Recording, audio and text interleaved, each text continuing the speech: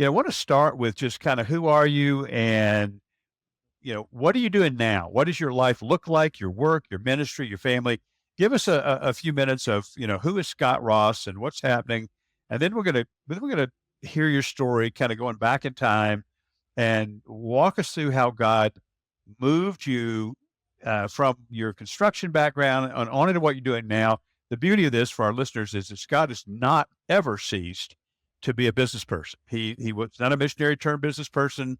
He's not a business person turned missionary. He is the perfect example of both at the same time. So Scott, tell us, I guess, first of all, just about you, your family, your work there, based in Peru, but the global work that you're involved in. Yeah, sure. Thanks, Mike. Again, so I am father, first a husband, to my wife Julia. We've been married be 12 years in March. So we're coming up on 12 years. Two children, both adopted here in Peru. Well, one, as you know, we're nearing the end of its legal process with. So I have my daughter Anya. She's 9, going to be 10 in February. And my son Lucas, who just turned 5 in August. And he's the one we're working on getting legally finalized adoption for him. So we've lived here in Peru, my wife and I, almost our entire marriage. We moved to very shortly after getting married, and we currently kind of wear two hats.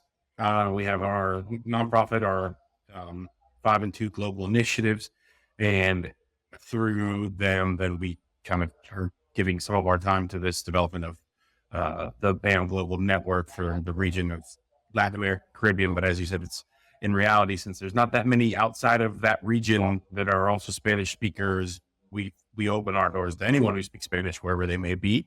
And so those two roles, primarily with 5 and 2, we are a capacity builder. We do a number of different trainings, anything from kind of planning and time management all the way through to some pretty intense, almost MBA level business startup courses. So in between, we also have finance and stewardship, and we also offer the foundations course that faith-driven entrepreneurs put together. And then on the network side, I've been part of developing the network and kind of working with a few other Latinos to develop it here for a few years now. We're in that we organize 2 events a month, and now we're doing our first ever conference, which I'm sure we'll talk more about. And that whole thing is basically to just help Latinos, especially, get connected with what is the BAM Global movement.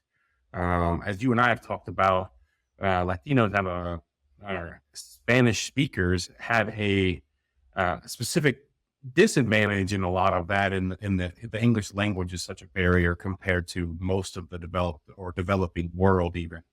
And so that's been a big part of what we're trying to do is get things available to them in Spanish, do things that are BAM Global type events or with BAM Global people, but that are Spanish speakers, and just really expose them to that movement, and let them see, again, things we talked about, that idea of there are others doing this.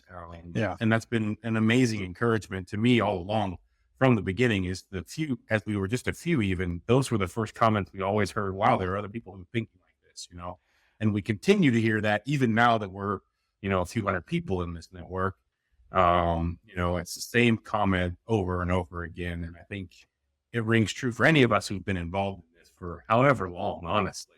Yeah, it is true. And when I think about, as I mentioned to you, or you knew this, of course, but I learned it statistically. I knew it was a big number, but Spanish is the 4th largest language group on the planet. And so it certainly makes sense strategically as well as personally to make sure that we're offering not just BAM stuff, but all kinds of theological and discipleship, everything we're doing.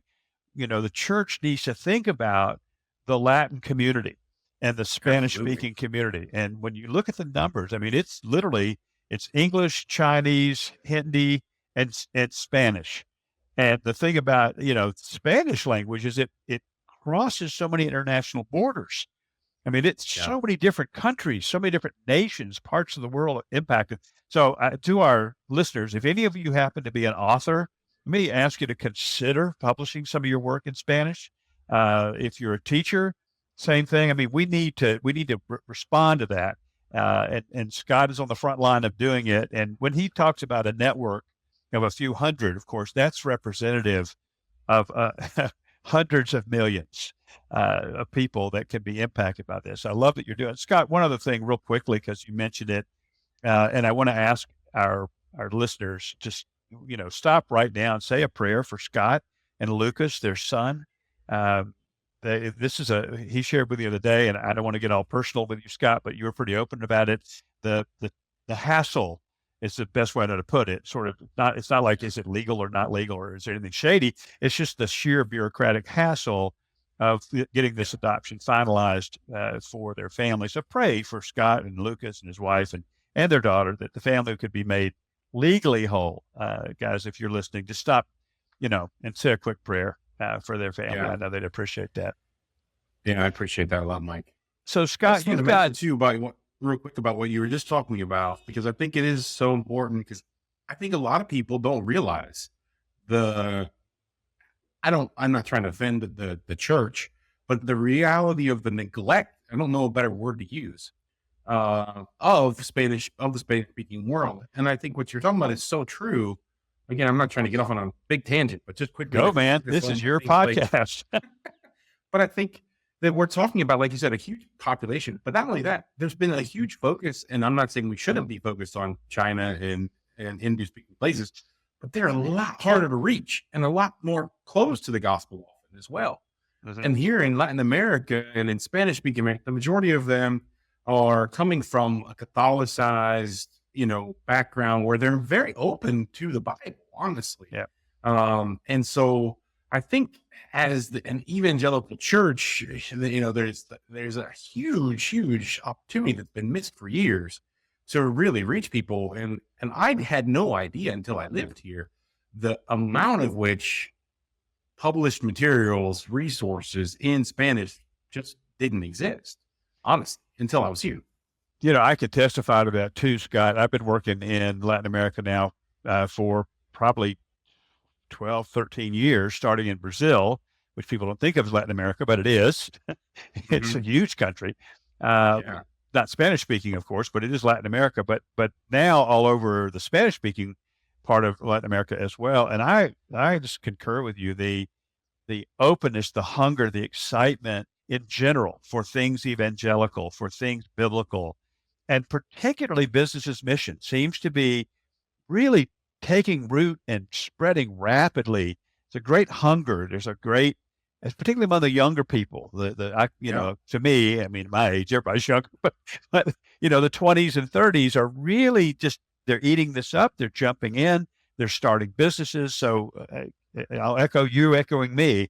If you've got resources, listeners, and you have or a heart and interest in the Latin speaking or the Spanish speaking Latin American world, find a way to jump in. The water is great, and the people are wonderful. And I do believe with all my heart that God is on the move, very much on the move in Spanish speaking world right now.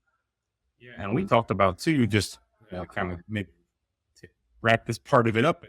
Like, there's also a huge ability of this people group, Spanish speaking world, to go into a lot of places easier than a lot of us with U.S. passports and other developed country passports can go.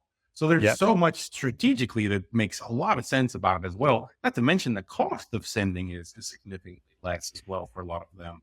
Absolutely. There's just a lot of really, I think, amazing stuff that can come out of this region in the near future. And God is working already in it. Absolutely. And I think it is strategic. It's not just opportunistic, it's strategic. So let me ask you, you mentioned quickly, and let's jump on it before we get to a little bit of how you got to where you are. You mentioned the conference. And unfortunately, you invited me to be there, and I've got a conflict, so I won't make it. But let's tell folks about I guess this is the first BAM Latina America or America Latina conference that you guys have ever put on. So tell us about that. When is it? How can they learn more about it? Yeah, yeah.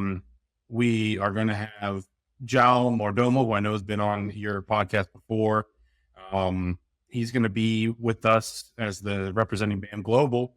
And we've got a number of other really just phenomenal Latino, Spanish speaking people coming. Some folks like Marari Bene, who was at La Sound and has got tremendous business.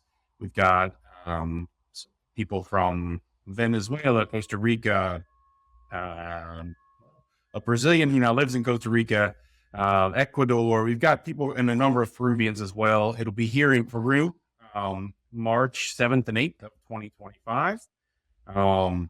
We have a website, which I know you'll have in the show notes, which is Conferencia. Now I'm going to have to remember. Conferencia BAM Latam. Conferenciabamlatam.com. Yeah. So if you're a Spanish speaker, you'll get that. If not, you can look in the show notes. It'll be in the show notes. Absolutely. And I encourage you, if you get a chance to go, you really want to broaden your horizons in a BAM global perspective, go to one of these conferences, not the big one. Go to one of these regional conferences. They're really powerful, and this would be a great one to go to. And if you're in the U.S., Peru is very easy to get to. It's a straight shot from virtually every major airport, straight into Lima, and you're there. So it's not a hard trip. And you could just go over and see Machu Picchu while you're here. So there you go. In fact, Scott will give you a personally guided tour. If they want to pay my way, I'll happily guide their tour. There you go. So Scott, let's go back in time. We got a picture of kind of who you are, and again, I really want people to not only think about going to the conference, but pray for it, consider sponsoring it. But if you can get there, go. These things are amazing. But the I mention also, Mike, real quick. You bet. You can also attend virtually if you want, because we will be doing it in a virtual way. So if you can't, excellent. If you want to just participate that way, you can do that as well. Oh, excellent. So if you have a Spanish-speaking community in your church in the United States that might benefit from it, they could happily connect and hear people in their native tongues talking about BAM. My daughter goes to a Spanish church and a Spanish-speaking church, my oldest daughter. And so I'll make sure I'll be with their pastor this coming week for Christmas. This is being recorded the week before Christmas in December. This probably won't come out until, February. But anyway, I'm gonna mention to her and let him know about it as well. He's from Ecuador. We've got rates for different size groups. So if they wanted to do like a group gathering at their church, there's a specific like a group watch for that. Yeah. Awesome.